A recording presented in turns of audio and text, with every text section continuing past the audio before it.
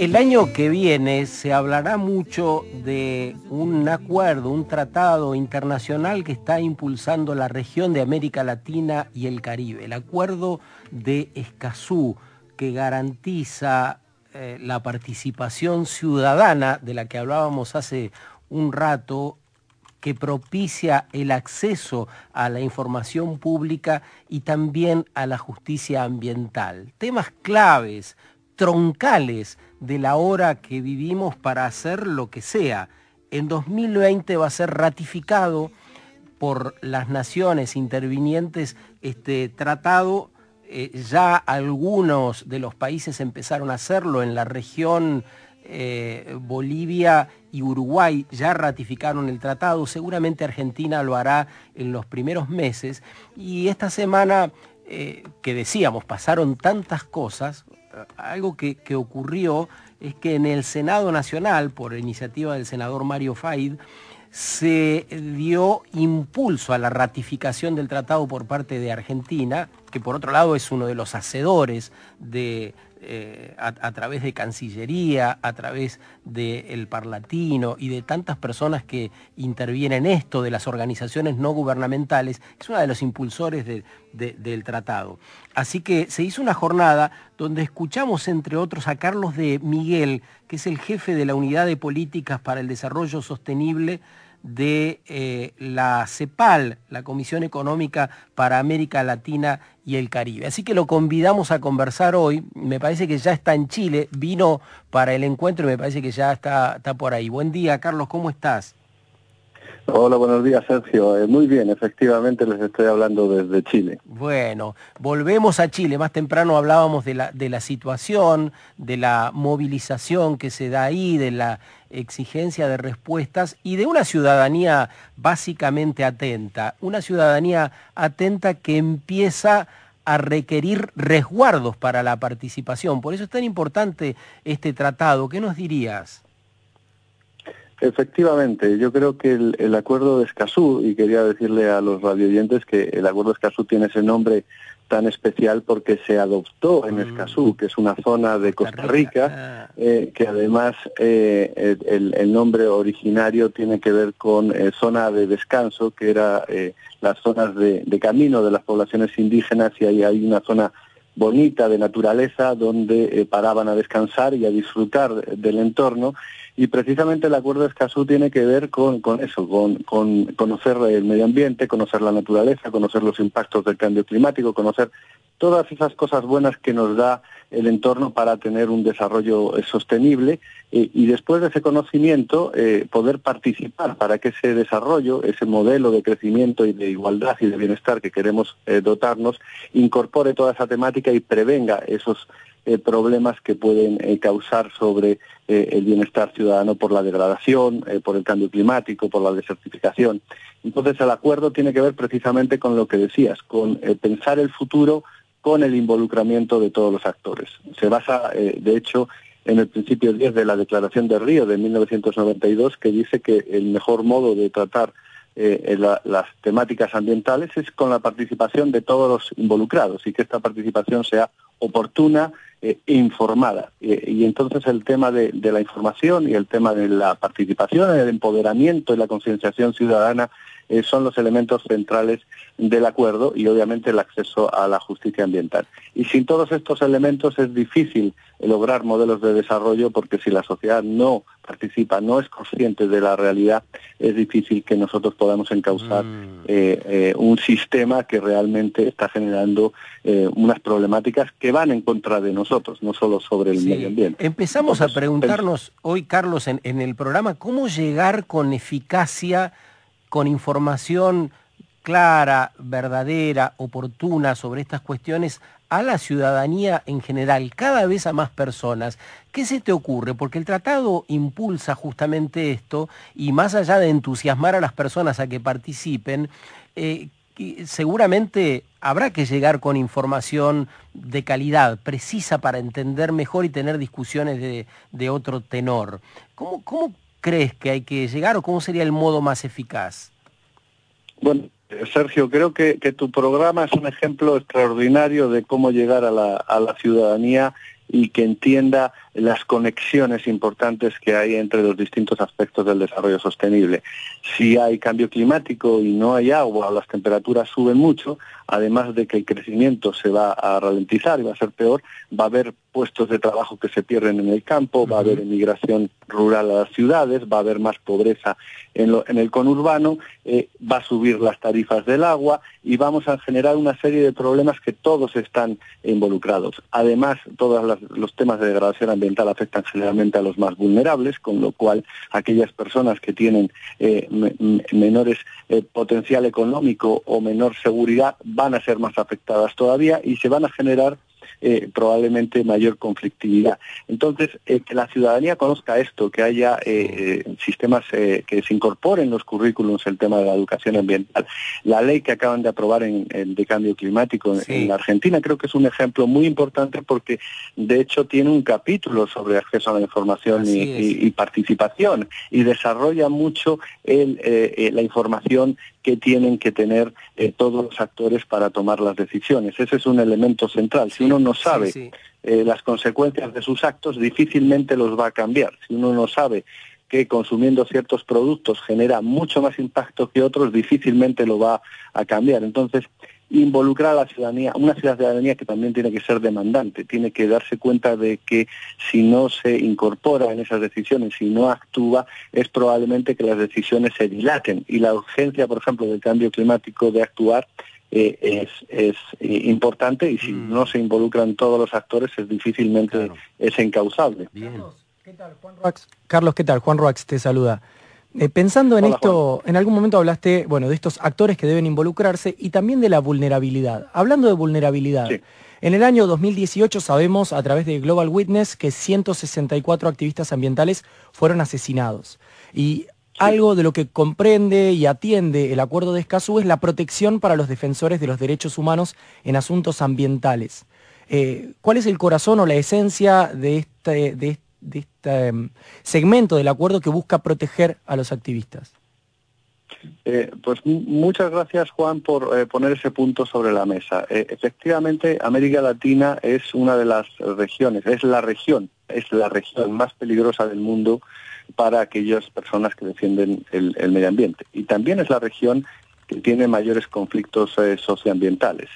Y precisamente los delegados de los países que negociaron el acuerdo, que fueron 24 países de la región, prácticamente están todos los países de América Latina y el Caribe, fueron conscientes de esa realidad. La sociedad civil también participó. Hay que reconocer y recordar que el proceso de negociación se hizo con total participación de todos los ciudadanos. De hecho, se hablaba de público, interesado, como en el principio 10. Y a lo largo de la negociación apareció que esta problemática era idiosincrática de la región y, por tanto, tanto los países como sus ciudadanos decidieron que había que poner algunos elementos en el acuerdo que no están en ningún acuerdo internacional. De hecho, no existe ningún acuerdo internacional con provisiones específicas a la protección de los derechos humanos e incorporaron un artículo específico que básicamente se centra en garantizar los entornos propicios para que aquellas personas que defienden el medio ambiente, que esas personas somos todos, pueden ser desde un senador de la República, ministro. Yo tuve un amigo ministro de un país centroamericano que tenía 3 balas del ministro de Medio Ambiente en el pecho, por precisamente hacer su trabajo.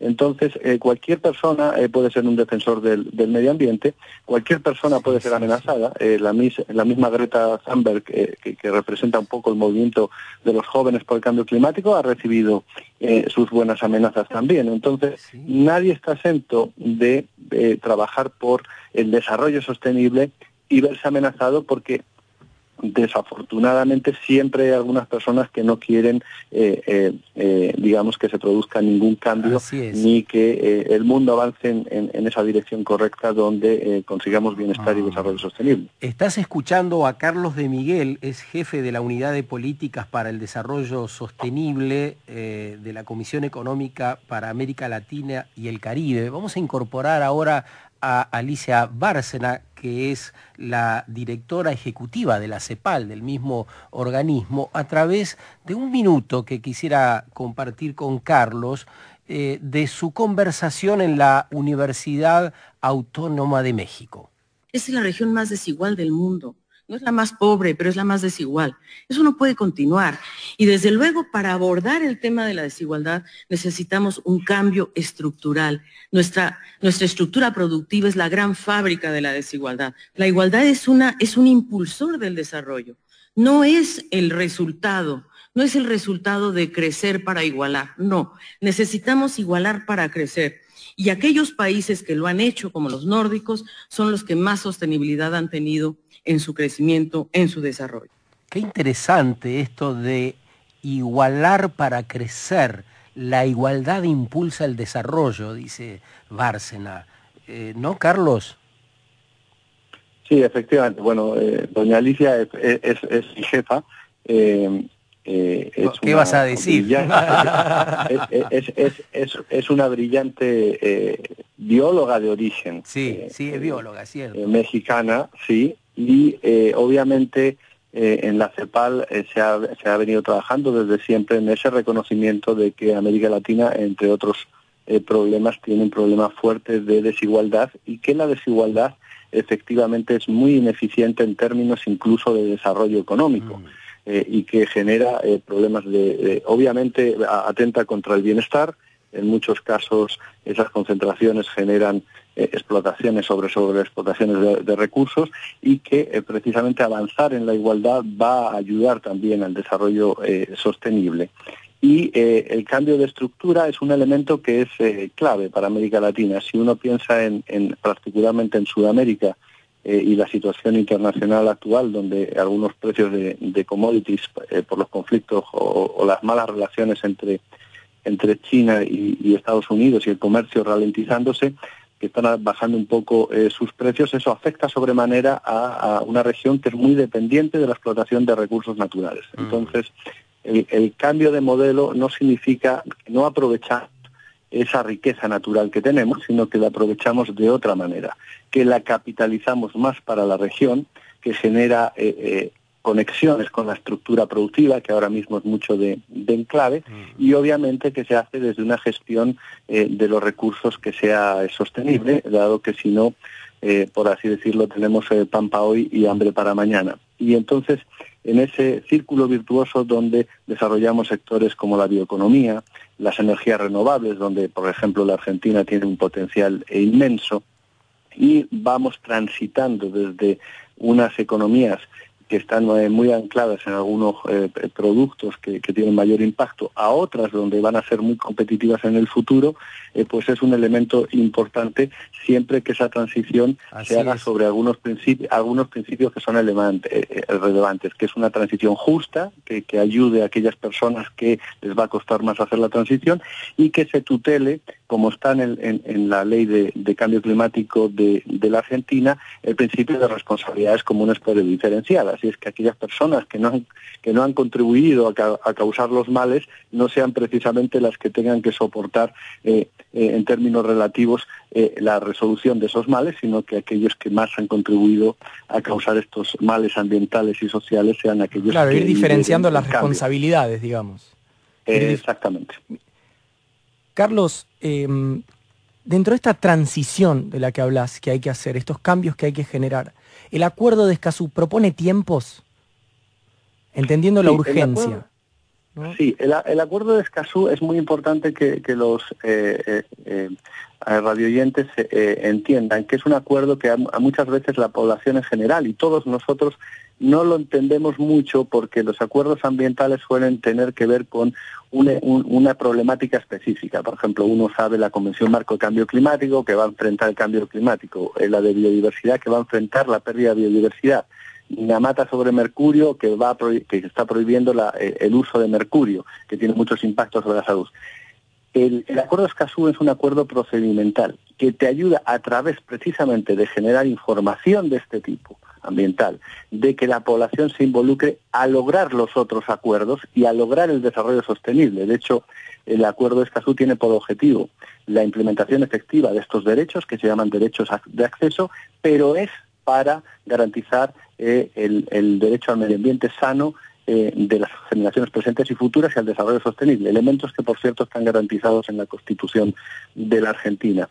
Y el acuerdo entrará en vigor cuando 11 países ratifiquen el acuerdo. Hasta ahora los procesos internacionales tienen 3 pasos. El primero es que se adopta, que es que se decide el texto. Luego se firma por los países y los países expresan su posición política a favor del acuerdo y ahí lo firmaron ya 21 países de América Latina. Argentina estuvo siempre desde el principio en la negociación, de hecho es vicepresidencia del proceso. Esto empezó en el 2012, o sea, ha corrido agua y ahora estamos en la fase donde hay países que están firmando y otros que están ya ratificando. ¿Qué significa ratificar, Carlos? ¿Qué significa ratificar el acuerdo? Exactamente. En un proceso internacional, después de la adopción, que se acuerda el texto, los países firman el texto y eso es el ejecutivo de cada país. Y luego el ejecutivo tiene que traspasarlo a los parlamentos, a los congresos, para que ellos ratifiquen la decisión del ejecutivo y por tanto se convierta en una especie, no una especie, sino que tenga un rango de ley a nivel nacional, donde además sea un acuerdo entre todos. Y este es un acuerdo que además es muy transversal entre distintos países y dentro de cada país. Es un acuerdo que tenemos que estar muy contentos de que hayamos logrado, porque ya les digo que es el primer acuerdo ambiental de América Latina y en la política internacional reciente es las pocas cosas positivas que están pasando, es una señal hacia afuera. Entonces ahora estamos en esa fase donde los países están ratificando, ya han ratificado 6, cuando 11 ratifiquen entraría en vigor y ahí empieza a ejercer sus funciones. Y ahí esperamos que entre esos 11, obviamente, la Argentina vaya a ser uno de los primeros, junto a países que están también desde el primer momento, como por ejemplo México, y ya está, ahora mismo está en la misma situación que en la Argentina, se está discutiendo en varios congresos de América Latina, en el Paraguay, en el Ecuador, en Costa Rica, en Panamá, en muchos están en la misma situación, así que esperamos que pronto la inmensa mayoría y ojalá todos los países de América Latina se unan a esta iniciativa tan positiva. Vamos a estar muy atentos. Te agradecemos especialmente este rato con nosotros y te mandamos un abrazo desde Buenos Aires. Muchísimas gracias, queda a la orden y que sigan avanzando en pos del desarrollo sostenible e involucrando a todos los ciudadanos como también hacen desde tantos años. Así es, por eso vamos. Un abrazo. Carlos de Miguel es coordinador de las acciones de CEPAL, como decíamos, en el proceso del acuerdo de Escazú, del cual hemos estado hablando. Se refería, Carlos, a los recursos naturales, a los bienes comunes, a cómo repartir mejor, en definitiva, cómo lograr que la región obtenga un beneficio, dado que es la región más desigual del planeta. Se me ocurre que debiéramos empezar a pensar y cuanto antes practicar el exquisito arte de la moderación, moderarnos en el consumo, en el uso de las redes, en el uso de aquellas cosas que creemos son infinitas y nunca tenemos en cuenta que vivimos en un planeta finito, ¿no? Viene el finde y por ahí sea un buen tema para conversar entre nosotros. ¿Cómo encontramos el sabor de la moderación en todo lo que se pueda?